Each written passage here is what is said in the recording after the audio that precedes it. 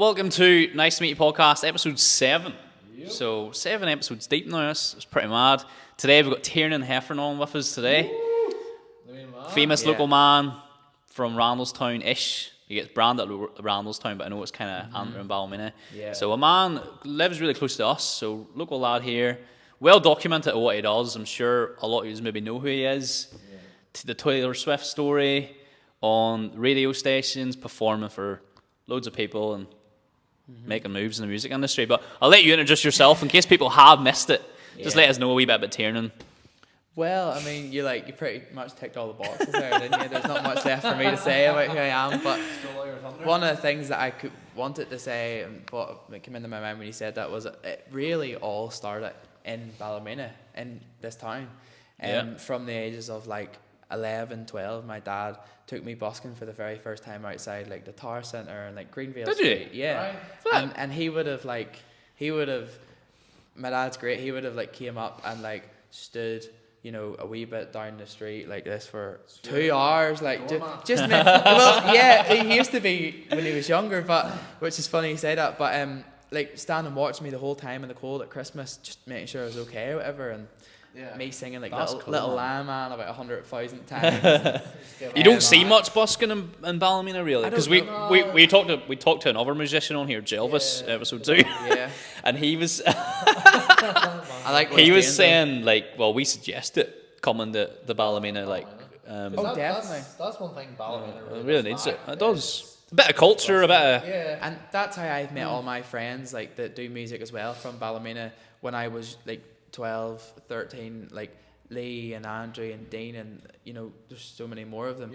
And I'm still friends to this day with them. We go into the music shop, they sell me strings, or I'd sort them out or help them out with whatever I can, getting a gig covered or whatever. So it's really mad that 10 years ago or 12 years ago, you wouldn't actually think that in another 12 years we're all going to be still in this same thing, helping each other out. Yeah. When it all just started from having a bit of fun, singing and trying to making a fiver for McDonald's, but McDonald's wouldn't get you McDonald's now. Inflation. No, that's cool. And having them relationships, mate, I think is so key. It's the best currency on the planet. You don't think that when you're growing up. You think, if I get the job, if I get the money. You never think, if I meet the right people, I'll get to where I want. Yeah. Which is mad. It's really good, having that mindset of knowing about relationships, and that's what this podcast is about. Nice to meet you. Absolutely. It's about genuine, real connections and relationships in your life. It's class. Well, the first time I actually came across yourself was I was in. God, this is so embarrassing. I'm looking forward to this. I still to this day now get mixed up in the Tower Centre and the Fair Hill. Oh yeah, Fair Hill Starbucks. Fair Hill, right? Yes. And now this, I don't want to embarrass you too much, but was there a cardboard cutout of you at one point? There was the poster. The poster. White box? Yeah. And I was like, who's this guy? And I think you were working, or you weren't working, but you were there, or did someone ask you your autograph or something one time? Possibly. Someone maybe wanted you to sign something, or maybe it could have been the flyers for the stuff. It might have been that. And I was like, that's cool. Is this who's this famous dude? Is he coming to Ballymena or whatever? And then that was all right. And then I just seen you on social media after that and followed you, and then I realized, God, we're in the same kind of game, aren't we? Aye, and I mean, I was not even doing social media in Starbucks days. That was 2 years ago now. Yeah. But I think Starbucks really kicked it off in a way. Because see all the mad questions I ask, in the port and shit. I asked that behind the till in Starbucks. It just was never recorded and put on TikTok. That's how it started. I worked in Costa and Ballymena. Did you? I actually didn't know apparently you didn't do too hot there. Aye, yeah. Oh, you did, didn't you? I do know this. We do our research here, So it didn't go quite the plan. Which Costa? Which was it? Cinema or Tower Centre? It was Tower Centre. Centre. So it was. That's a local rival. Yeah, it wasn't right there. Starbucks or Costa. Beep them. Starbucks. The manager at the time. Shout out to She was unreal. To her, she wasn't the best. I'm gonna be honest with you. You know who you are. Yeah, no, just being honest. 6 years ago, and I didn't quite vibe with her. And but one of the She didn't vibe with. she didn't vibe with me, but like one of the funny things about it was she was like asking me about my music one time, and she was like, well, like, how's it going and all? Like, yeah, it's all right, you know. I was kind of starting out like releasing stuff. She's like, are you in the church yet? And I like took that as a person as a bit of a dig because she laughed about it and stuff, which is fine. So we were like, I was about to say backstage, but we were back in the You're not used to it now, man. We were back in the wee room, and I was doing the dishes because they put me on dishes the absolute whole time. No problem, because I'm actually really crap in the coffee machine. Yeah. When you get trained up for like You get to leave the queue to someone else. So basically, if you're ever in the Costa again, you're not making the coffee. Nah, but no, my songs are literally actually in the Starbucks and Costa playlist, legit. Like That's the real class. one. I really get this, but I really get this. Like I never even thought about that. Like the real thing is actually, which is really cool actually. That's when you know you've made it. But wait here, you're gonna laugh at this. I was doing the dishes, and it was like around Christmas time, and it was busy, and like doing the menu, and there was music on, like Christmas music, and it was like I seen on the staff computer it had Spotify up Christmas playlist. So then I thought it would be a really good idea to add one of my songs into the playlist, this song called Emily that I wrote around that time. So anyway, I went over and I put my name in and put it into the playlist. And then I was like, as soon as I did that, I'm like, oh shit, I need to get this out. Oh god, like they're gonna know I was on the computer, like oh god. And then before you knew it, they were coming back in the order, and I was like, oh, I'll do it another time. So anyway, forgot all about it. Oh shit. Literally a week later, like I'm out cleaning the tables. Next thing you know, my song just comes on, right? I'm just like, oh my god. And did they know it was your song straight away? Oh yeah, well, my voice, yeah, you can hear my voice, like. And she comes up to me and says, "Oh, here you're in the charts now, are you?" And I was just like, yeah. Was your stuff on Spotify at this stage? Yeah, it was on Spotify at that time, yeah. And so like, you just added it to the queue? I added it to the pretty much. and forgot to take it out, and then it played. Bit of free, so, got a free stream. Yeah. There was a few people heard it, but it didn't last too long in that job after that. So. To be honest, like I know you had a bad experience with Costa. My experience with Starbucks, complete opposite. Oh yeah, one of the best jobs I've ever had. Class. Loved it. Oh, like great. the amount of people I met through the till, chatting shit. Hey girl, what's your name and number? Write it on the cup. Like mate. And he's not lying. And I'm not lying when I say that. Like mate, best time ever. So I do have a complete different experience from me. Like I did think when I started working in Costa that I was going to see all these good looking girls coming in, all like they come to Starbucks, bro. They fit, come to Starbucks. All the fit mums and all coming in, getting their coffees and their wee dates, and I was all psyched up for it. And then before you know it, I was in like the back doing the dishes, which really pissed me off. I was like sneaking out, looking at the door, like, oh no, I sound really creepy now, but yeah. Just own it, yeah. Anyway. Well, mate, you've swiftly moved from working in Costa, sorry, not Starbucks, that was me. And now you're doing your thing, performing, writing songs and performing songs. Yep. And it's well documented what you do, so we don't want to spend too much time talking about things you've talked a million times about. But this year you did perform and opened up for Tom Grennan. I did, yeah. Which is quite recent. So any time I've seen you talk about Tom Grennan, it was mostly before it. I know you were on Capital FM talking to Roman Kemp and everything about it. Kind of just talk to us a wee bit about how that came about with Tom Grennan, going on the Zoom call with him on the radio, and I'd love to tell you about and just that. what he actually is like as a guy, like to work for, to perform for. Like, what was that like? Love to tell you about that. Yeah. So I've always been a real big fan of like a good success story, you know, and like I love how like Sam Fender got discovered by, I think it was Ben Howard's manager working in the pub. Yeah. I love like, you know, all them kind of stories, and I always dreamt that like something like that would happen to me. You would kind of get your like one hit wonder, or your every gig I done when I was younger. Like the hardest times was when I was like 17, 18, really doing these gigs around like Cushendall, and I mean there was no one there. Didn't have my license. And my dad, he drives lorries, and like, you know, he's up at 6 every morning driving lorry. He would take me there, right? Like stay in the van, sleep in the van, whatever, for 2-3 hours. Roughing it out, take me home 2-3 times a weekend. Man, and all he wanted was like not even a thanks, just like there's like tenner for the diesel or whatever, 20 quid if it was far away, and like a thanks, and that was it. And you know, dad, you know what dads are like, they're not very emotionally. Yeah, I don't want to say it in a bad way, but like it's just like the generation that they've been brought up in, and very quick. Like, the more older I get, I can understand that.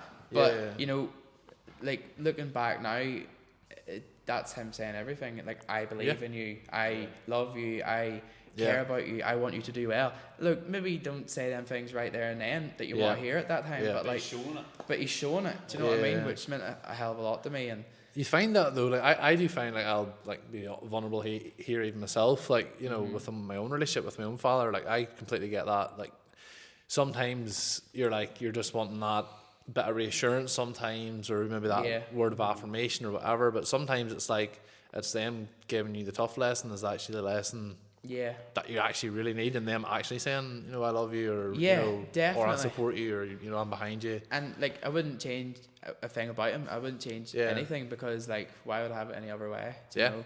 Absolutely. I mean, and you can it never means change so the past, much more to you as you get older. But just like going back to that, I always remember I was doing this gig in, I think it was like Cushendall, and there was no one there. It was just me and the barman, and like, even the barman went out for a smoke at one point. So like, I was just like, do I just keep singing, or like do I just pack up?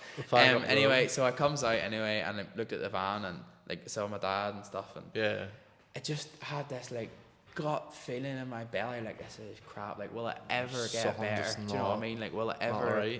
You know, will it ever will I ever get discovered? I need to move to England. I need to do this. I need to get that. It's kind of, what's the next step? Then, like, I'm kind of at my plateau here. And then when I was 18, I did go to England, or 19. I went to BIM in Manchester, like this university for songwriting and different music.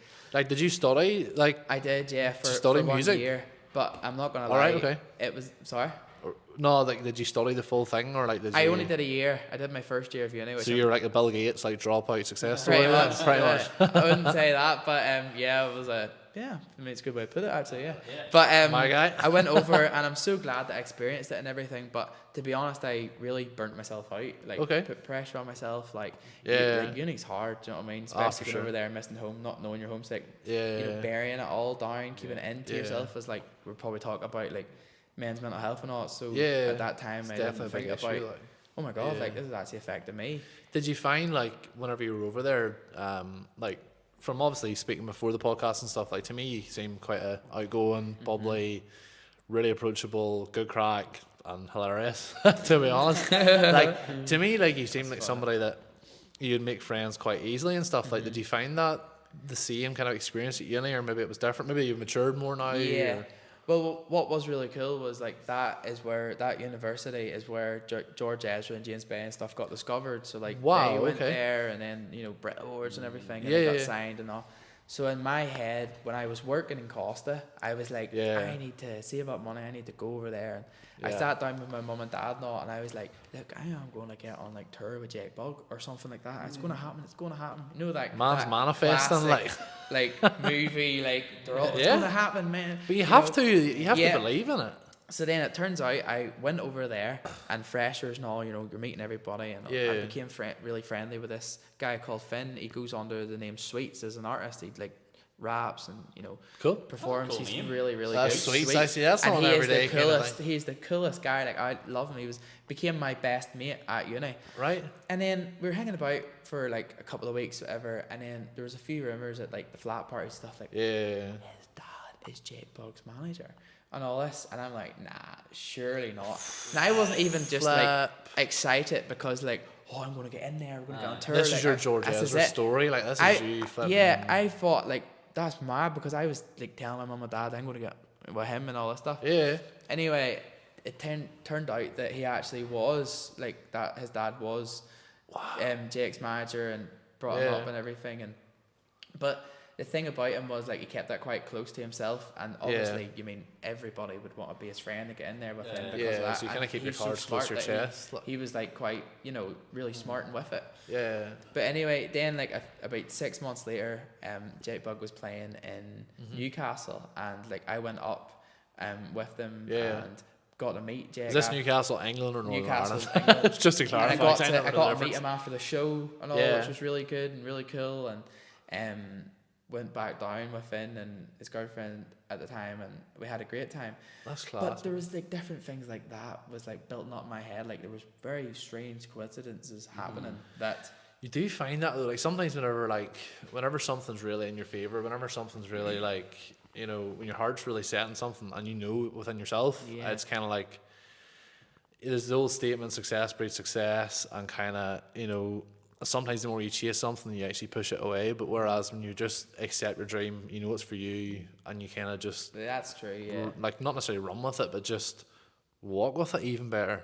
Like, you've really, that really seems to be apparent in you. Yeah. Like, No, that's so true. Do you know what I mean, with everything? And then, but then it started getting down. You know, it started going down quick. Like, I was starting to get scared about just how low I'm starting to feel, and like, you know, like, I'm not gonna lie, like, I'm not really going to hold much things back when I'm talking about this, but I appreciate that, like, man. I was actually in like my dorm room at the time in my hall, and before I knew it, like, I wasn't getting up, I wasn't eating, I was losing a bit of weight, I wasn't sleeping, I was up all night, I was putting pressure on myself, I was texting my friends like these like weird messages being like, help, like, I need help, I'm not okay, I am okay, I'm not okay, you know, this kind of stuff. And it really turned out that like I needed help and I was burning myself out. So at least you had the ability to realise that. True. Like, really? And then, Self-aware there, like. yeah, that's it. Right, And then I went into the uni that day, and I always remember like this one day I just had enough. I couldn't do it anymore, and I just ran out of my room straight over to uni, because it's like music and musicians, you know, they know the crack. They know it's a big proper thing. And you know, like dorm rooms and stuff, like there's very sad things happen, like, you know, like people take their own life, and like that's what happens sometimes. Which really scared me at the time, because like, oh my god, there's people that's been in this same situation that they maybe didn't get the help. I don't want to, go down that way, you know. And I ran in. Wow. And my friends were standing outside. I'll never forget, at the door, and they're like having a cigarette, and they're like, "What's up, man?" I'm like, "I'm just so stressed. There's something wrong with me. I just don't know." And they were like, "It's all right, man. Like, you're just stressed. Everyone's stressed. Exams." Like, nah, there's something else going on here. So I ran in. Deep down, I ran in. Something was off. And I says to the counsellors at the time, to the BIM, to the staff, I'm really not well. Like, I need, like, I'm scared. I need help. And they're like, "Look, do you want to be alone right now?" And I'm like, no, I can't, because for 1 year I was alone by myself. You know, uni, going to Forteventura, playing the bar, living the life, like having a drink here and there, going out with my friends, just great, on big holidays, loving it, and it was great. But that whole time I was actually homesick. I was missing home. Like, wow, I was feeling heartbroken. When I for a lot of people, that would be like pretty much, to be honest, the dream. And it was the dream, and it was great. But like, they don't see that other side of it. Yeah, and like, I missed home so much. Like, I just didn't know it. Didn't know what I was missing, and I missed it. You know, when I talked to my mum and dad, all I wanted, and maybe it's from being from this country and like having our homegrown thing. All I wanted to do at one point was just go home and walk through a big green field. And I totally smell get their ass. And guess what? That whole time, see that whole searching to get out of that, get out of the country, get out, go. All I was like searching for was like wanting to be home and like, you know, having that feel, which was really good. I could not agree with you more. So I know I'm blabbering on a wee bit, but you're good, man. Talk away, man. We'll get to it, right? Sweet. So I said they were like, "Do you want to be alone?" Right? And I was like, "No, I can't be alone." Because I was just so sick of being alone and being by myself. And then anyway, they ended up, you know, taking me to like, I had people who are familiar with like bipolar and stuff. Yeah, people just extra help. Like, familiar with this, so like you can have like episodes. Yeah, okay. It's like a manic episode or a hypomanic episode. Yeah. I had a one-off hypomanic episode. Okay. Which is like you're on a massive high. Yeah. Like, you feel euphoric. Yeah. Like, you think like stress and adrenaline. This is like really. This is it. Like, you feel like you're God. Like, you feel like you're on this earth for some purpose or something, and you're looking down and like you're going to deliver this. And to me, that was my music, and that was, I'm going to bring this happiness to everything. Do you feel like you're almost putting too much pressure on yourself, maybe? Yeah, it was that too, you know. But then with what comes up comes down. So you're on a massive, everyone's telling you you're not well, you're not well, are you okay? I'm like, what? I'm having the best time ever. Yeah. But you're actually that's gonna come crashing down. Yeah. So thankfully I had the right people around me at that time. That's good. To help me. Like, I ended up, you know, going, like, had to go home, like, had to be around people. There's no shame in that either too, so basically I just burnt myself out, and I had to come home, and lucky enough I had the right people around me and my family It's great, man. to help me through it. And thank goodness I did, because I could see how easy it would be for especially us lads to not get that help, because like I'm a very open person with talking. I need to talk, or I need to sing, I need to write, and I really do feel like that has like saved my life. Like, do you feel like, this is actually a question I was going to ask later on, but while we're on the topic, do you feel like music, maybe innately at the very beginning, or even just as you've kind of grew up through the years, has music become, what would you say, like an outlet for you? Has it become a way in which you can kind of, because I know like you were talking about, I'm not going to bring up the whole Taylor Swift thing, because you've done that, but like one thing you were on about, like you wanted her to know that you were a singer-songwriter. Yeah. So is that, so obviously you write your own songs, so is that something that maybe kind of gives you, I wouldn't say the ammunition for it, but gives you the kind of the reason for writing songs, is to kind of express how you feel? Or yeah, well, that's a great question, because throughout that whole time at uni and through my life, I always thought, you know what, like I'll never be able to feel like depressed, or like you know, I'm untouchable, like I'll be fine. Do you know why? Because I have got music. Do you know what I mean? Like I've got music, I'm fine. Like, you know, that'll always pick me up. Sure. But the one thing that scared me was when I come home from uni and I was having that meltdown, and like, you know, I was so burnt out. I was in my room and I was playing guitar, and I didn't feel anything, not one thing. It was as if all the dopamine has been sucked away from me. Just dry. And I just felt, and it was really sad. And at one point I thought, and this is not like a sob story, like play that fiddle. But like I thought in my head, like, will I ever be able to smile again? Will I ever be able to laugh again properly? I mean it, because I just felt so just burnt out. Just man. if you want to say like burnt out or broken hearted or whatever at that time, just empty. My dad was like to me, my dream at that time, and still is to play Croke Park, you know, perform in Croke Park. Yeah. And when I was over there at uni, my dad says, look, are you bringing your guitar home? This is when I was just coming back and forward, and I was like, nah, I'm not. And he was like, well, if you were playing in Croke Park tomorrow night, would you do it? And I was like, nah, I would not do it. And that's when you know something's wrong. At that time, I would not do it. Wow. And then it opened me up to like, holy goodness, like. What was his response? So you said no. Really he must have knew. I think he was kind of like sussing out like where I'm at, you know, like how much of a bad place am I maybe. Yeah. And at that time, I must have been, and like it didn't gig for like a couple of months when I come home, which wasn't like me, and I just needed to reset myself, you know. Yeah. That's the key thing. I mean, sometimes you just need that reset button. Like, and it's totally okay to just be like, literally, like not even preferably, but literally hang the guitar. Yeah, exactly. It is okay. Like I used to struggle a lot. Like it's just like with probably a lot of artists, like with your confidence. So like you know, on that stage, like you put me out to like 100,000 people. That's it. I'm gonna do this. This is what I am for. Like I used to play in Forteventura in an Irish bar. Yeah. And I was out there for 3 months. I did like 73 gigs at 19, like 3 hours a night. Wow. The best time ever. And I was out, and that was all to afford to go away to uni, to get discovered, to make our music or whatever. Yeah. And I remember going into that bar and feeling so nervous when I walked in there to lift my guitar, because everyone was looking at me and my knees are shaking. Even thinking back to that right now, it gives me anxiety, because I didn't have like a purpose. Like I didn't have like, I don't know who I am. Like at that time, I don't know what I'm doing. Then when I pick up the guitar for 3 hours, like I'm the man. Do you know what I mean? Like I will make your night great. Not I'm the man, but I will give this bar the best night. Everyone's gonna have a great time. That's cool. This is all inside that year. But here's the problem: when I went to take that guitar off me and hang it up, you hung your happiness up with it. Cry, you know what I mean? Like even thinking about it right now, even just like talking about it gets me like emotional, because I just don't know. There was just something missing in me. Is it because, like we were chatting a wee bit about it earlier off camera, but you enjoy and love the music so much that when you're not doing it, you find it hard to enjoy life outside of it?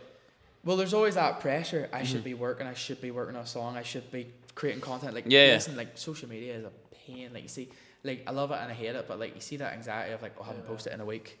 Yeah. Oh, I haven't posted in 2 weeks. I'm posted today. No. Oh no, they're not going to know I care about this, you know. Well, you're gigging, you're working, you're tired, you've relationships with your family, you've got yourself to look after. There's so much goes on, and I know every single person on this Instagram right now is going to probably relate to that. And it's okay just to like chill out. Yeah. And this is the thing, like I felt like when I was hanging up that guitar that like I'm vulnerable. Like you almost feel like you're like You need that guitar. you're naked or something. You're stripped. You know, you haven't got that purpose or that thing above. That makes Tiernán. Yeah, exactly. And then that's where I was like, oh God, like I need to discover who I actually am. And that's why like comedians and songwriters and singers, like they're all like the happiest people on stage, but they're really struggling themselves after it. And you know, then I thought to myself, I come home at Christmas around the time of uni, and hadn't wrote a song in a while, hadn't done this, hadn't done that. And my mum was like, oh, we're going to watch some family videos of like us when we were younger and all. And I was like, oh, cool, like we'll watch it. I was sitting there on the sofa, and then this video comes up of Christmas morning 2006 or 7. Must have been like 6 or 7, 7 or 8. I got my first ever electric guitar. So Is this the... she caught it on camera, and it's me running over to it.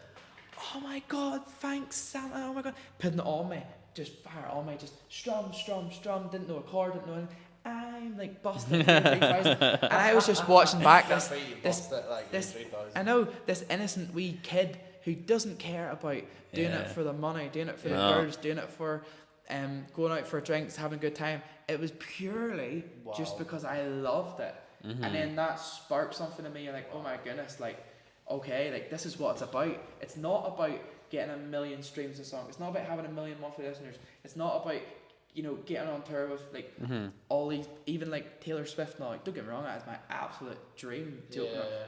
But it's not why you got into it at the start, because you loved it and there was something in you that God's give you a gift to actually do it. And that's why I started working on it. So now I have to always remind myself, you know, Do you feel pressure to? Do you feel the pressure to like put out songs? I know you said you haven't released a whole lot recently. Like, are you actively writing for like an album up and coming, or? Well, this year I've released more than I've ever released. It was like an acoustic.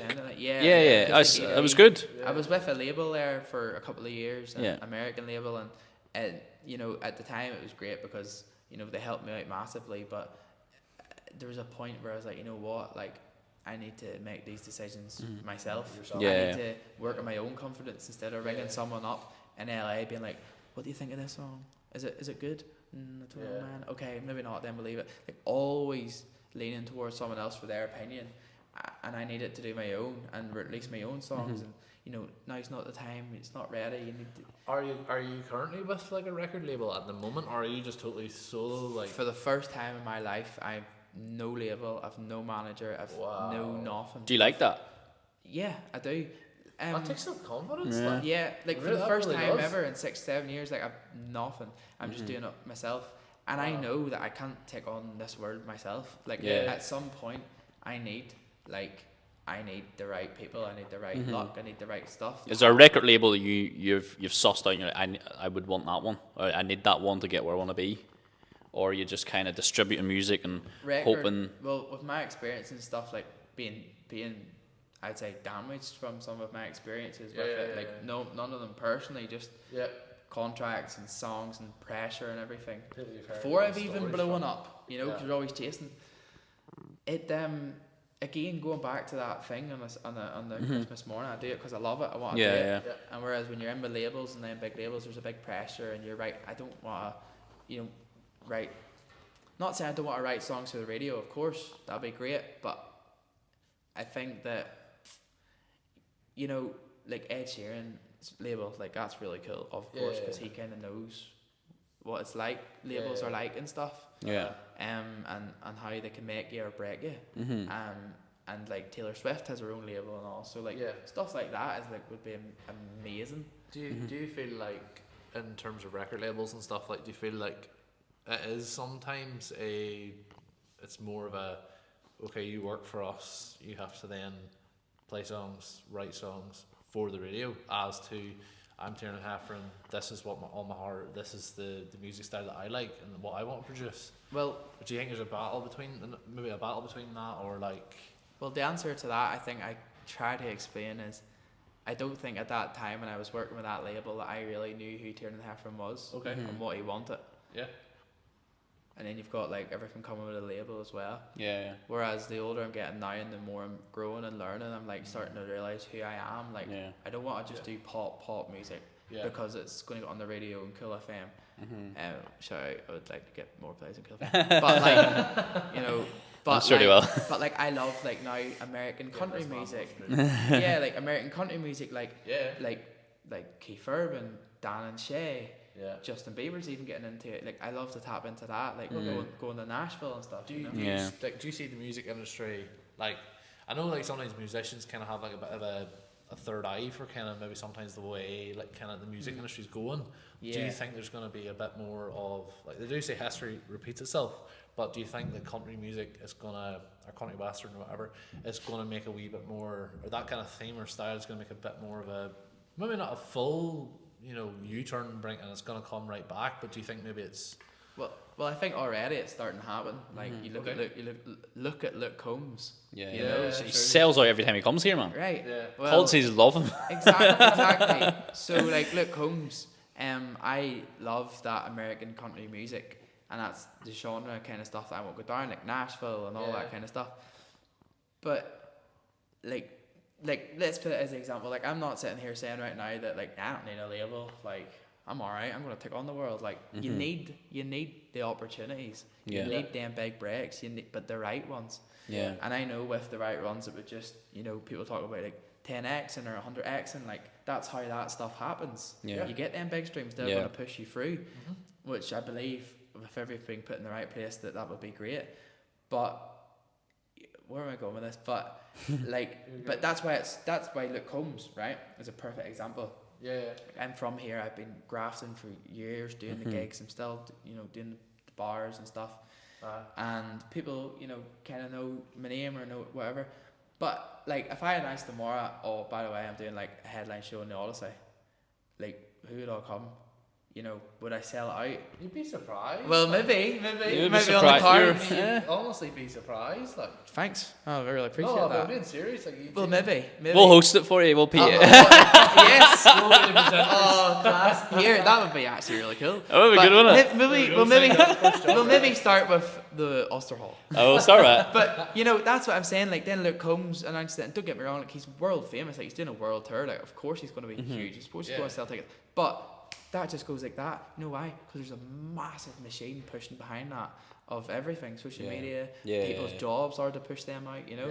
Whereas with me, I'm just like, just doing what I'm doing and waiting it. Credit to you, man. I know you've said it, you've touched on it a few times that you didn't know what Tiernán wanted and you didn't really know who Tiernán was for a good part. But one thing I have to really give you credit for is you started so young, man.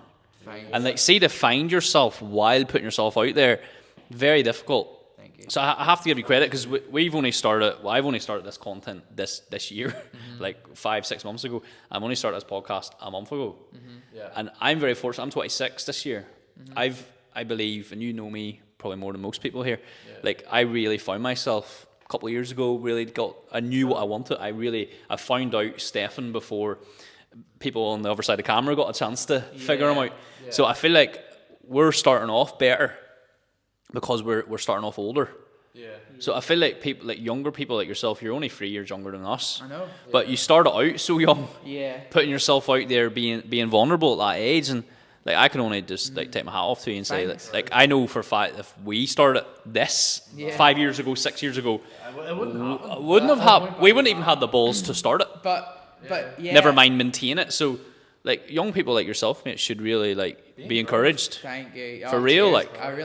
One thing I do love is like your attitude and like your vibe and energy and like positivity is really great. No, like, it's true though. A lot of people are going to vibe off it, but like I can't remember my life not being able to sing. You know, like I've just singing from the age of 3, 4. Like my granny, or my granda, my great aunt, and all, my dad. They're all musical. They all sang and stuff. And so it runs in the. It runs in the family, and then I saw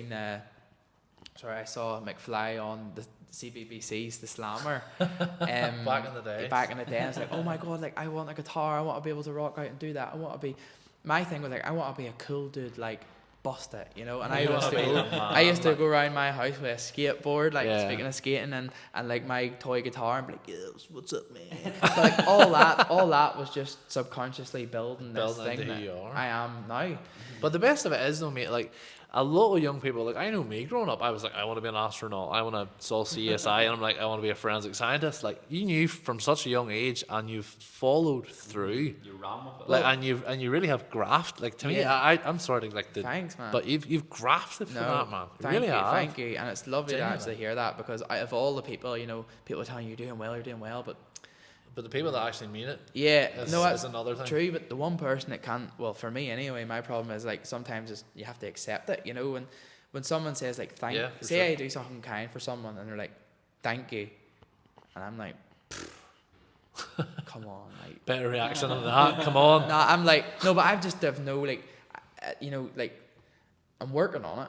It's hard to receive that. Yeah, it's hard to receive it because I don't want anything in return. I'm like, whatever, you know, like thanks. I really appreciate it. A lot of people struggle with that. See whenever someone compliments somebody, your hair is looking mentally, right? Or I love your outfit. Yeah. You would be shocked at how many people cannot receive compliments. I can't, and I don't know what it was. And then I was talking to a good friend of mine about that, and she was like, look, see when you go into your gig tonight, just like take some credit for yourself. Like, see when the crowd cheer. Yeah. Take a minute, take a second, and just take in the clap, and just look around and just feel it, and just be like, you know what, like, give yourself a pat on the back instead of just going, yeah, thanks, you know. Whatever. And then when I went to do that gig at that night, it was like the most. It was like therapy for me. Like everything I sang, everything I did, I meant it. I sang it for myself. I appreciated it. I appreciate the clap, and my God, there was some difference. See the energy in the room, like everyone totally was changed. Just drawing in, and because there is a saying like you can't pour from an empty cup. So like at the end of the day, mate, it's like, you know, sorry, this might come across actually. I don't mean this cheeky, but. Sometimes when people give you, I think it's actually like maybe a Northern Irish thing. Like we're not like instinctively very good at taking compliments. We're always quite good at people always giving it, brush it off. Yeah. You know, but at the same time, it's like, you know, like it's not to say to stand up on the stage, to stand up on the platform and be like, you know, get the clapping around the applause, and then the ego gets inflated and look at me. No, like even from your posture and what you've just said, like you can see that was received with a completely grateful and thanks, a heart of complete thanks. And that, like, that's your cup being filled up, man. That's your cup being filled up to, like, actually, as you've literally just said yourself, completely change the room, completely change the atmosphere, and everybody benefited from that. If you just taking a second saying, flip, I'm actually doing a really good job. Yeah, and it all goes back to, and then here's the thing, like, remember I said about taking my guitar off me, hanging it up, and thinking, like, and then inside, like, you're crying inside, you're shattering. Yeah. Whereas now, and after that, it started to slowly heal. Like that wasn't starting to. I was like, you know what, I'm pretty happy with myself. Like I'm actually doing all right. I'm a good guy. Like I'm doing okay. That's like solid. No one pure said it wasn't, but like it's just myself. Like imposter syndrome in your head. It's just like that inner, like your inner critic. Like and I was talking to my friend about this too, and she said, look, you are so like positive to other people, and you help them out, and you do everything for them, but. What would you say about yourself? Like flip it around. Like let's say you saw yourself in someone else's eyes. How would you describe yourself? You're like, well, actually, that is deep. I am actually doing all right here. Yeah. Like, wow. And then I look back at some of my videos and stuff, and I'm like, if I could tell like that wee 11-year-old who got called Bieber boy and Bender boy, you know, in school because I sang and sang to me, the stuff that I've actually achieved now and I've done. Oh my god, it would be amazing. Like I would be like, what? I would be like, you never even imagine. I would look up to myself. Like I would be like wanting to be his best friend, and then I have to reel myself in and be like, you know what? That is how it should be. You know, straight up. You know, I would look after that wee boy. Like you know, the amount of black eyes I got in school and fighting. Seriously? And everything. Oh man, I got into like 17, 18 all because fights. you sing. Yeah. I did like I was doing a wee bit of kind of like just sort of we'll say background check. Sounds like I'm a flipping stalker here. Background check everybody that goes on. But like I noticed that you had talked about how like you were obviously there was the Bieber comments and stuff and blah blah blah. And I know growing up, like even like as a teenager myself, like listening to that music and you're like, no, I don't listen to it. Like, do you know, secretly it was like, get the All My Bebo flashbacks. yeah. But like you did actually say, I think it was on a different platform, like you were saying how you were actually quite a bit of a fisticuff, like you weren't a bit feared to. Yeah. Well, one thing about me was like I was like, never a bully, never wanted to start in anyone ever. But like I always never really too much, so walked away in school if someone wanted to fight me or whatever. Like I never wanted to go looking for it or get to spend it and all this stuff. But like I always held my own and got brought up like hold your own and like don't take it, Yep. And then I got like a black eye in my very first week of secondary school, like from a fight. A guy pushed me, I pushed him back, he hit me. What? Then the story goes around that you're a singer, then everyone wants a bit of you, wants to fight you, sing to me, Bieber boy, all the fifth years, like what can you really do? Mad. Your first year, like I got jumped so many times in school, and it was always because I fought with someone and I was maybe getting the better of them, then their friend jumped in, and then before you know it, wee Tiernán there, he got beat up, around school. So like that's why I work in a special needs school now as a classroom assistant. That's what I've been doing for 3 years, and I really truly love it. And that's why when I get wee moments with the kids, I'm like, what's your dream? They're like, I want a pizza shop. I'm like, that's really cool. You should pepperoni. What's your pizza's going to be? Oh, I want to be an astronaut, right? For example, like you said, you can do that. You can literally do that. I want to drill into them the positive things that I wish someone did to me instead of doing the opposite. Like I didn't have the best luck with my teachers, like especially when it comes to my music and drama. Like just no one tells you it's a good idea, like do they? Looking now, like you're the one laughing, so to speak. And you're like, yeah, well, yeah. No, you are though, and like clap yourself. like from that young age, as you're saying, like the children you work with, at that young age, that is the prime time in your brain when you actually do have that imagination to believe something for yourself. And like the amount of people, that disappears so quickly. Do you know why? So I can tell you why, because I love all this shit. Like, yes, go for it. This is what I spend my time not doing music doing, is looking up about this. So like your subconscious mind and your conscious mind. So like as most people are starting to begin to know, and it's becoming more of a thing, and TikTok and everything is like from the ages of like 0 to 7, your brain is just sucking everything in and taking everything on board and good or bad or whatever. And like if one of them wee kids, and the thing that's so special about working in a special needs school is you're working with kids with autism and ADHD, and they don't have that like filter from reality, which is true sometimes. So they're like constantly like subconscious, like everything you tell them. This is why like if you tell them something, they're probably going to do it. Is because they don't have that thing, and that's why people were there to help them and guide them through the way. But that's a really beautiful thing and a trait to have, because if you ask the kid, right, when he's 4 or 5, right, oh, what do you want to be when you're older? I want to be an astronaut. I want to go to the moon. Oh, that's like really cool, right? But you see, if you ask them when they're 16, like, what, do you want to be an astronaut? Come on, no. But guess what? There is people who become astronauts, and that's why when you get older, society and the world starts drilling in. Be realistic. Come on. Like But then your brain too. Like they're playing with wee toy cars, going pew pew. Yeah. And in their head, they're like imagining all this happening. No, but they know it's there's not real explosions and everything. Yeah. Right. But it goes on a deeper level. Whereas like when they're 10, they're not going to be sitting going pew, pew, because the world and reality, and they start growing up. I kind of only realised around now, getting older, you can grow up with a belief that's not true. True. Like you can have a belief, you can believe a lie your whole life. Well, that's it. It doesn't actually go. And it's something that's not really talked about a lot, like because a lot of people just grow up believing this is the way it is and it's the way it's always been, and they believe a lie their whole life. And that's why that's some Ballymena people there walking by. Your subconscious mind in a positive way. Like everything you believe, everything you think of is true, right? So people take that in a really positive way. Yeah, like I want to be famous, I want to be a multi-talent artist, and then it happens because you believed it.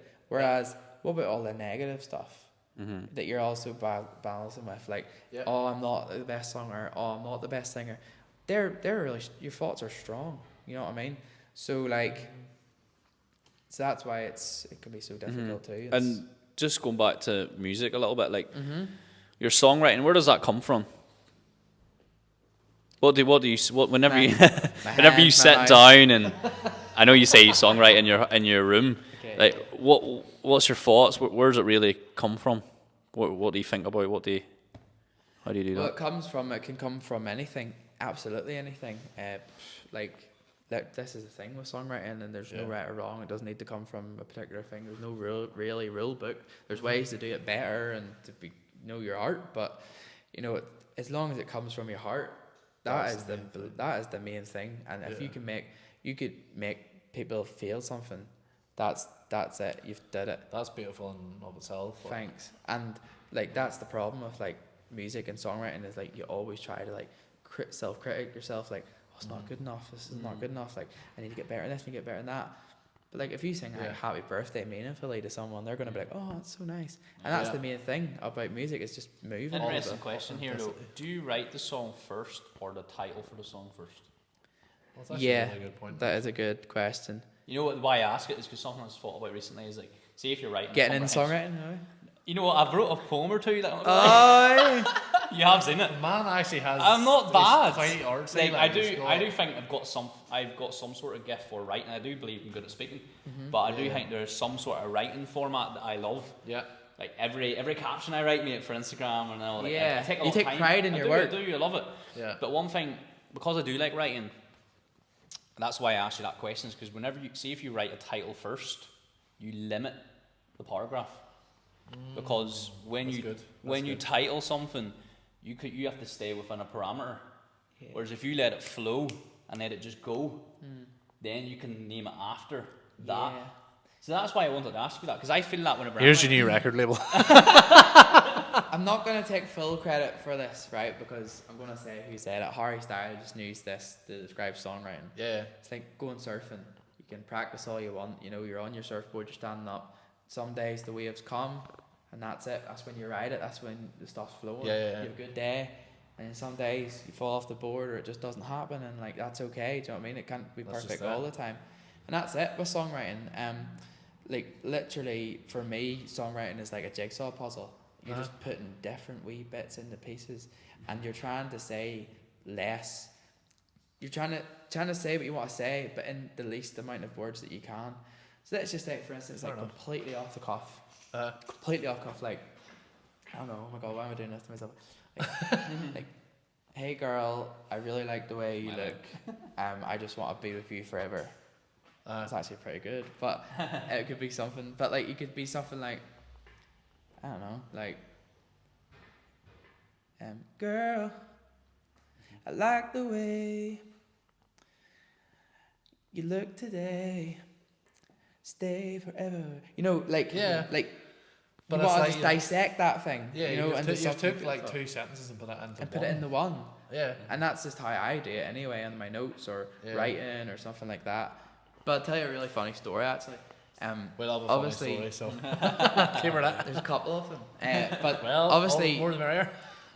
in work where I work, like I can't really, you're not allowed on your phone because you're in school and you're with kids and stuff. And I was in this chill out room with this kid, and we were sitting there and all. My mind was wandering. He was just playing with the toys and stuff, and I was just like having a wee daydream myself. And then I just got this idea in my head of, I think I haven't wrote in a while. I just got this idea of why do we feel like don't wanna feel like? Why do we feel like don't wanna feel like? I was like, oh my god, that's like a bit like what's that stereophonic song? You know that stereophonic song where it's like, can't think of who's stereophonic. I've heard of them, but I don't really know them. I know it. Dora. So if you said the One Direction song, I'd have it like that. Banging songs. Anyway, I know it, but it's completely out of my head right now. Right? It's always the way. Pressure of the podcast. But anyway, I was like, this sounds like that kind of stuff. So anyway, I went out and I got in schools like the blue roll. Like, Yeah. Blue roll. Couldn't find a page, and I don't want to go hoping around for a page. Got a blue roll, couldn't find a pen, got a pencil. I brought it back and I was writing like, why do we feel like strangers tonight? Why do we feel like don't want to feel like? It's like, right, I've caught the wave, I'm in the vibe, I'll put it in my pocket, I'll just work on that tonight, possibly, maybe, we'll see, whatever. See what happens. So I was so excited, and I was like writing it in my head long. I comes home that night, and I was like, oh, where is that blue roll at? And I got it, and I was crunking it out, and all these lyrics I wrote had faded away with the pencil. Oh, the lead, like, it's gone. Together. And I was so annoyed. I was like trying my best to salvage it, like getting a pen, going like writing it in, and like Did you that manage word, to get that it word back? might be back, and that word might be tomorrow, and then I ended up I scrapped it, and then I rewrote the whole song and had a really great song, which I'm going down to Wexford to record with a very talented producer called Alex O'Keefe. Oh, very nice. So I'm literally going to drive down to Wexford next weekend to work on it and So is drive this a new single? drive back up. It's coming out? It will be a new single next year. Yeah, I'm working on quite a That's few class. projects and songs of mine at the minute that I'm building up to have ready to go at some point next year. Yeah, and that's actually an interesting question I would have just in general in the music industry. Like, would you always have pretty much like I don't know, even an analogy, but more or less like just you would always have all your songs kind of not pre-done, but you would have a lot of songs in the pipeline. So for the following year, so it's like, right, on October I'm gonna release this album. Do you plan for that, or sometimes is that the case, or sometimes is it just complete, this is banging, I'm smashing this, I'm going to let this go, this is released this week? Or is there a set kind of thing, or... Yeah, there's no set thing really, No? especially when you're independent as well. I think, Gives you that flexibility. again, the advantage with big labels and stuff is they're going to treat you like, in a good way. It's supposed it's the music business, so you're a business now. Like, they're going to book you the big studios, they're going to put you with a writing camp, they're going to help you out with songwriting, we're going to have these songs ready, mixed and go, we're going to release them on this date. When they do release them, our job, we're there to help you, we're going to push them out, then they're going to do, then we're going to the next one. Whereas when you're independent, like, there's only so much I can do. Like, book a studio costs money. Writing a song, it's not takes time and effort and energy. it's like, not cheap. Like, it's not cheap, especially doing it all yourself. Yeah. So it's very hard. And then you could do a song and write it, record it, produce it, and you're just not happy with it. It's just not how you want it to be. Scrap it. You lose your time, money, effort. Yeah. But you learn, and you bang the next one out. It's And funny. that's how it is for We me. were actually you recommended an audiobook. Is it 50 Cent? 50 Cent, Hustle Harder, Hustle Smarter, and he talks a lot about how about the music industry and how there's different people, like different proteges and stuff that people are coming through, and like some people don't actually realize that like for that one recording, like there is for some people tens of thousands, for some hundreds of thousands, and that song might not even, that day could be just gone. Well, exactly, and that's why people ask me, why are you not getting played on like Cool FM? Why are you not getting played on Radio 1? All this stuff. It's because like you're competing with Harry Styles, you're competing with Coldplay's record, you're competing with Ed Sheeran, Taylor Swift's new song. Do you know what I mean? And they're obviously going to get played first, and they're going to get their time. But like them songs cost hundreds of thousands for their productions alone. Well, do you know what I mean? I don't know, but like whereas like I'm working, I'm not making excuses for myself, but I'm working like in my room by myself, or like with friends, or like if I really want to spend a lot of money on a good producer, I will. But then you get the song, and as an artist who hasn't properly broke through yet, it's so hard, demoralizing sometimes, because you that release day comes and you send it out to all these radio stations, and people who hit you up when the Taylor Swift thing happened and thinking, hey, remember me? Like, I need your help now, Or are they, they're not messaging me back, or hey, it's hard, Yeah. But I mean, then again, I've had like really good luck too. I'm not dissing that, doing it yourself, because you own your song, you own the writing credits, you've paid for it yourself, you own that song, that's yours. Royalties, everything. Exactly. It's yours. And like one of the songs that I wrote and recorded, was called "Made for Love" and produced by American. That's the one I like. Yeah. That's the one I love. I was trying to Chameleon. tell you earlier what I love. That Made for one. Lovin', Made yeah. for Lovin'. And I just want That's to a write good like song. a happy. Is that on your EP? That's it's one of his. Was it Not last year? It on was the out. EP. It was out like no, 2020? 2 years out. No, 2021. I think it was out. Last year. But like that. That's a really good song. No. Sorry.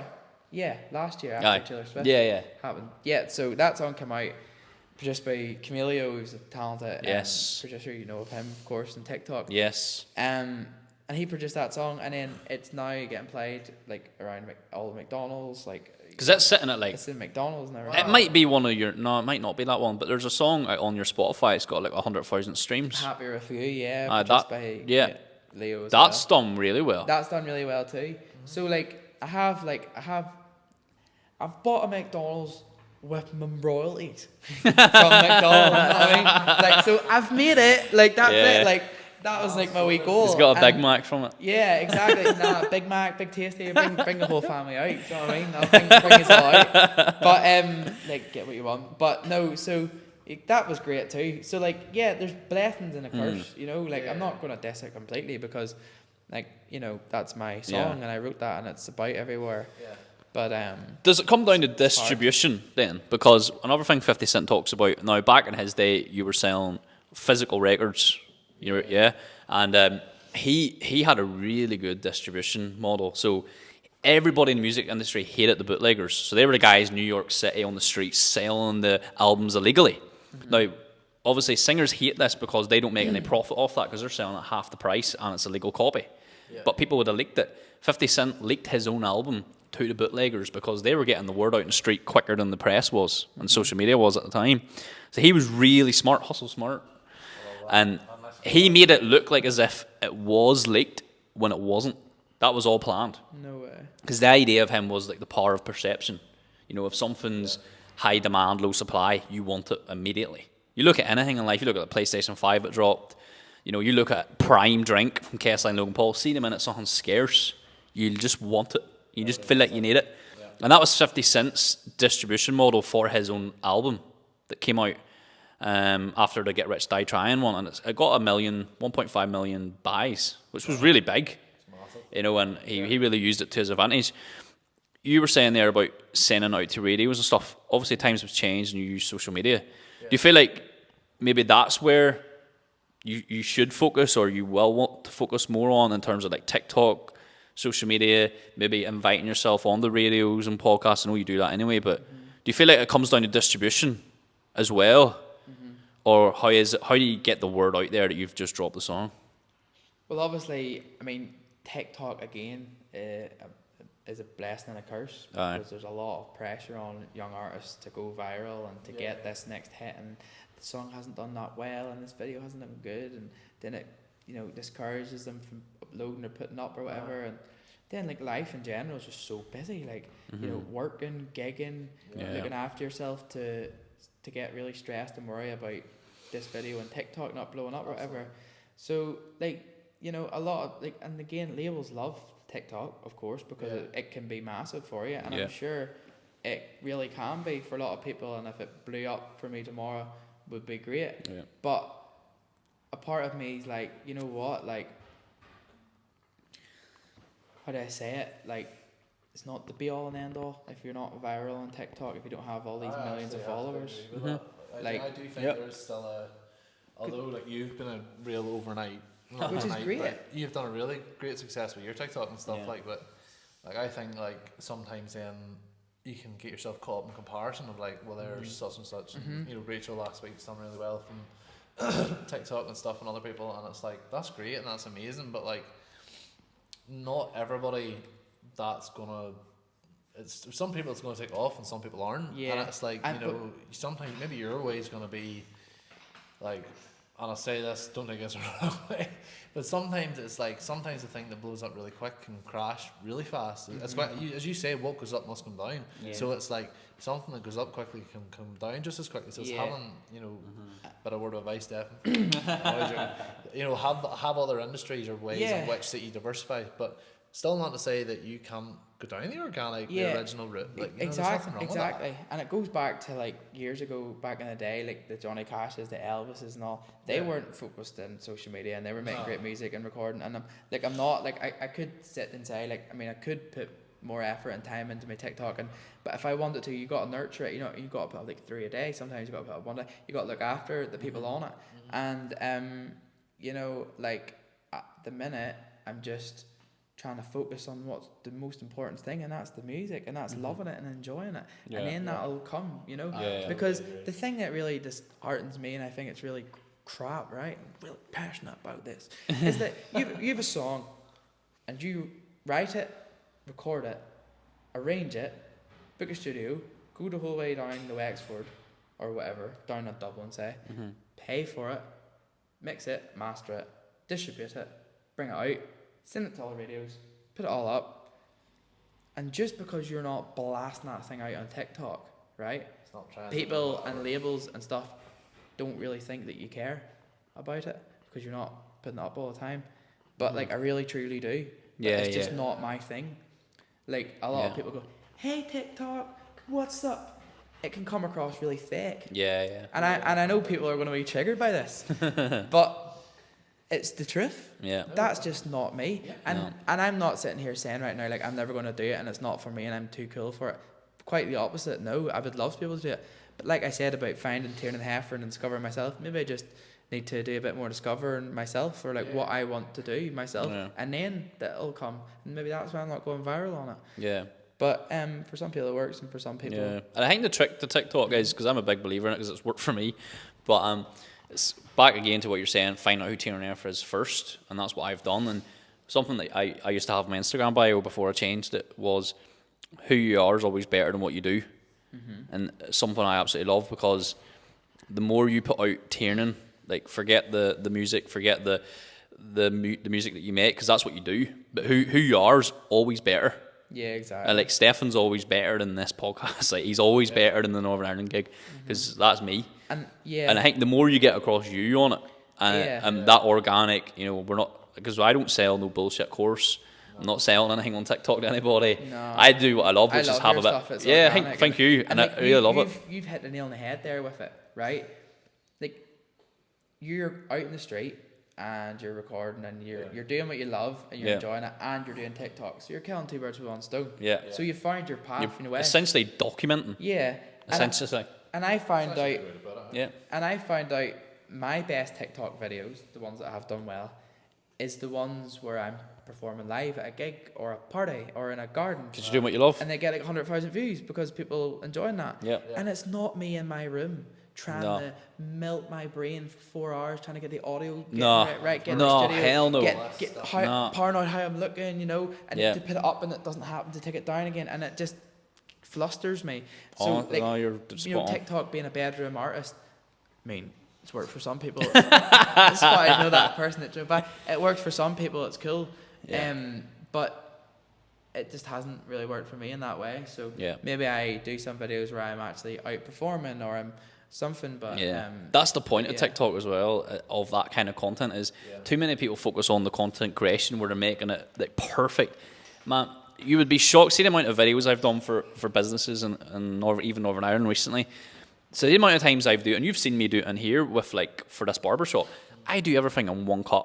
Yeah. One cut. I never perfect the video. Maybe I edit the odd wee like you know, that wee part, and like if I'm trying to get the next word out. One cut is all it takes for me. Yeah. That's not Dua Lipa's song like that literally came into my head. It came into my head as like Dua Lipa. But I do not spend a lot of time on it. That's good. See, you're doing it right. Do you know what I mean? Like I don't even care if the lighting's slightly off. Like, that's good. Say if I like it, I think fuck it, throw it out. See what happens. Exactly. And that's the videos that do the best. Them kind of videos. Exactly. And so I think even if you drop the song tomorrow, mate, and it had 2 million streams, and it'd be like your overnight, like, oh fuck, I love it. Tiernan's still better than that. Like. Yeah, exactly. And do you know what I mean? And I think there's peace in that. Like. There really is. I think going to bed at night knowing that is unreal. I think the thing as well that I struggle with is it's right. I'm a human being. Like I love energy, meeting people. Believe it or like, not. Like, believe it or not, you're a human being. Yeah. No. Like yes. Like on social media, you're someone on a screen. Doing obviously you're a human being, right? But you're that persona. Yeah. I love, like, if I was going to get in with a record label or whatever, I'd be like, right, please don't make assumptions of me or judge me on how I am on TikTok or how I am in my content. Please just meet me in person, get to know me, sit down with me, and then come to one of my gigs and we see me go. Like that's why I'm so lucky that Taylor Swift was there that night, because I could show her what my craft is and how much I love it and doing it. Yeah. And that was all about before TikTok was about, wasn't it? Exactly, and that's before. Do you know what I mean? Just started, maybe. I was probably. No, I just mean. I just mean in life, like performing in gigs was about before social media. It wasn't just TikTok. So then why should people base you on what you have on your follower count or this, that, and that? And yes, I know, I get it. Business, fans, stuff. Of course, it's going to look more appealing, but that's where it's just I find difficult sometimes. Yeah, you know, and I think though that like this is one thing that I know. Like Jamie's not here tonight. Like one thing I think he put in his Instagram bio was like just be authentic or something. There was something he said and it just always stuck with me, and it was like, see, whenever like I was never somebody that was just automatically extroverted. Like you know my story, like but it's through the podcast eventually, you know, we'll do more lads episodes and stuff, but like I was never naturally just I could pick up a mic here and start talking to a stranger. I struggled to even say hello to somebody at Tesco at one stage. Really? So that's it's honestly, man. And it's like, but you know, you're trying to get the ladies to stop saying hello, mate. You're like, listen, enough, had enough. He's milking it now. I'm milking it now. But like now you're saying goodbye. Bye. But yeah, man, it's one of them things where it's just like, but see, whenever I was just true to myself and stopped really honestly, pardon my French, but F what other people think. Yeah. Like to me that was the heart of it, was just go out and say shit. Who gives a thing or crap what people think? Like, yes, to a degree, don't go out and be a dick, but you know, but at the same time, like, just be yourself, produce your content, be you. And you said yourself, see that minute whenever you clapped for yourself internally, that's that authentic. That's that thing, and that's where your success will just go whoa. And you're giving me like, you know, inspiration right now, like good stuff. Like this is what we deal with in our heads. Some people to try to get to this point is what you said. What you've actually said has actually made me want to start uploading on TikTok now again and start like actually, you know what I mean? Like actually, you know what? Like like it's not as bad as it seems. Like it's to do what you just said, man. Like about doing what you want to do and seeing if people like it or not, instead of trying to get the perfect vibe, the perfect video. The perfect thing about TikTok is that there's a niche for everyone. Yeah, there literally is, like, it's all over the world, and like there's people that can sit and watch Stefan's videos and be like, he's an idiot, that's a pile of rubbish, whatever. Loads of people love it, some people won't. It's like some people will post your music and will be like, nah, I like flipping electro, EDM, hardstyle music, that's not my thing. Do you know what I mean? But everybody has their own market, everybody has their own thing. But at the end of the day, if one thing I found so true is, if you just be yourself, if you just be authentic and true to yourself, doesn't matter what your niche is, people gravitate, because I'm probably stealing this quote off somebody, but like, in a generation full of copies, be yourself. Nice. Is it actually? Judah Smith, is it? Like, genuinely, in a generation full of copies, like, just be yourself, like, be authentic. One quote I really like is, if you want to make God laugh, tell him your plans. I like that. And you don't even have to be like proper, you know, religious or have massive faith to understand that. No. But that's just like general life principle, like, isn't it? So you never know. Like, we're sitting here like right now and like, you're giving me the goosebumps now. It's cold, isn't it? Nah, like we're sitting here right now and like talking about like, oh, my success, and like, I wish I did this or did that, but like, you know, sad thing is in life, like, you never know like who's going to be here next week. Hopefully we all will be, and we're here tonight, thank God, but like, you never know. Like, it's just so scary. So you can plan so much in advance, but you never really know what's coming up. But like, I really want to go to Nashville in summer, and that's what I'm thinking of, you know, just go out there for the first time, and you just hope that everything goes okay until then, you know, like your health, your family, your mum, your dad, like you take a lot of things for granted. I think we all do. So it's just about staying in the moment. I'm excited to see how that trip goes for you, man. That's cool. Yeah. I know we're talking about quotes there. Brings us on to the Better at 70 part, where we talk about my leg tattoo. Oh, you got a leg Yeah, tattoo? you can see it very briefly in today's Cool. jeans. But it says Better at 70. So it's a quote. Better that I at 70? Better at 70, yeah. Okay. What you better at 70? So this is what it means. So you want to just be, like, get older but get better. Because Okay. most people I look at in their 30s, 40s, life hits them a lot of stuff, but they generally get more better and they get worse by the time they hit 70. And that's the opposite of how I want to see my life go. Oh, I want to get about 70 and have the best quality relationships I've ever had. Oh, it's lovely. You know, so I want to just keep getting older but getting better. Even whenever life throws in the kitchen sink year on year out, you want to still get better. So that's a quote I've got tattooed on me because I love it that much. Is there a quote that you live by, that you just wake up every day Interesting. and you just think, you know, this is why I do what I do? Oh, interesting. Well, I love that question. One of my, this isn't the quote, but you said about you want to get better. Yes. There's a band that they are my favourite band, and have been for a couple of years now. You ever heard of Bleachers? Bleachers. Yes, I've heard of them. Yeah. I don't think I have. The lead singer and frontman, a guy called Jack Antonoff, and he was in the band Fun as the guitar player and drummer and stuff, I think. Oh, So he's actually best friends with Taylor Swift, right. and that's who produced a lot of her new album and stuff like that. That Midnight one. Yep. That's a banging Like album, by the 11 way. tracks he's credited for. And That's a producing. banging album. I'm Love not. it. I'm Oh, not a what massive about Taylor Swift Anti-Hero? song. I no. You know what my favorite one is? I'm going to say it wrong. Labyrinth. What? Lavender. Labyrinth. I couldn't think of how to say it there. I could see the word L-Y-B. How do I say that? Yeah. Labyrinth. That is the best song on that album for me. I love it. Love it. But yeah, go continue. Yeah. So he's a song called "I Want to Get Better." That band. And it's like I want to get better, better, better. I blast that shit out of my car when I want to get better, and I want to go swim or get in shape or stop eating crap or like feel better about myself. I blast that out, and I love all their music. But there is one quote that I really love from a singer-songwriter called John Martin. Now, he is dead now, unfortunately. He passed away in like 2006 maybe or something like that. He was really big back in like, not even really big, it wasn't world massive. He was big back in like 1970s as a singer-songwriter guitar from Scotland, and he could have been absolutely huge, but like he had a lot of problems with like drugs and alcohol and everything. And he's a song called "May You Never," and I love this song because it's like, ready for the lyrics are, "May you never lay your head down without a hand to hold. May you never make your bed out in the cold." So it's like, I wish I had brought my guitar. It's like, "May you never lay your head down without a hand to hold. May you never make your bed out in the cold." And it's like, "May you never lose your temper if you get in a barroom fight." Ready? "May you never lose your woman overnight."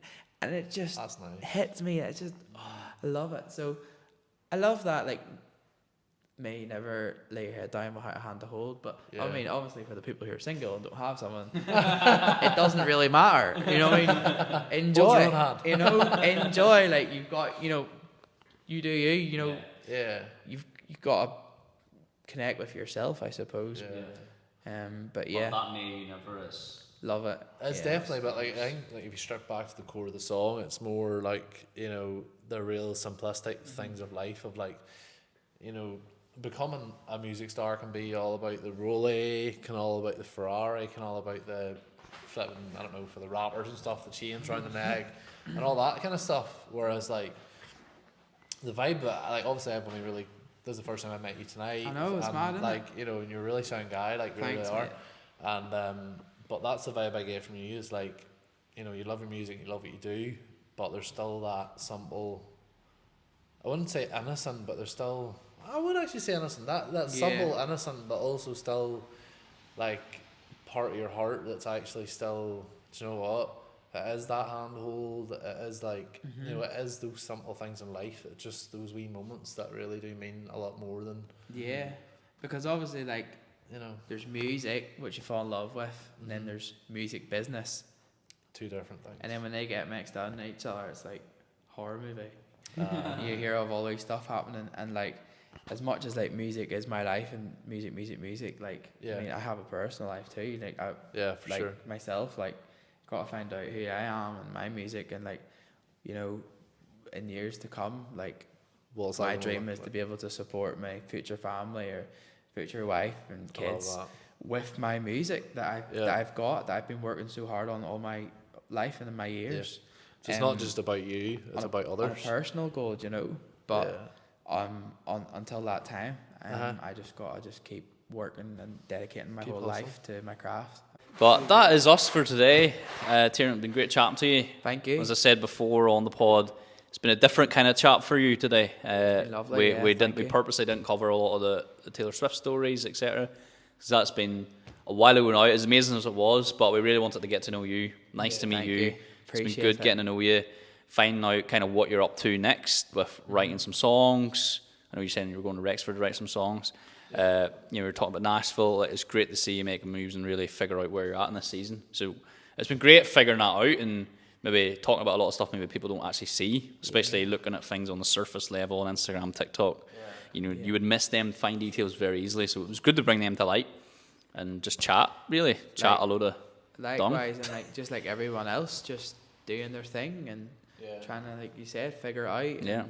And, you know, it's nice that like we're both from Ballymena and there's our hometown, and like you're doing your thing, I'm doing my thing, and although I'm like an artist and playing music and you're like content and podcast, it both connects. You know, and we can both like help each other and do fun stuff like this. We're so lucky to call, like, I suppose, our job, you know, or what we do. So no, it's been great. And say follow Tiernán Heffron at Tiernán Heffron, Spotify, Apple Music. We'll link his Linktree in the bio, so you can find all his songs, all his content that he's putting out. So you make sure you add them to your playlists. The same for Nice to Meet You podcast, the YouTube channel. Please subscribe if you're enjoying the episodes and you want to see a lot more. TikTok for the clips, Instagram for the clips to see what we're up to. Just at Nice to Meet You podcast, and that's where you'll find us boys as well. So great episode. Episode 7's been banging, mate. Thank you so much again. It's been an absolute pleasure getting to know you. And we'll see you guys on the next one. I'd say safe home, but it's not a gig. Thank you.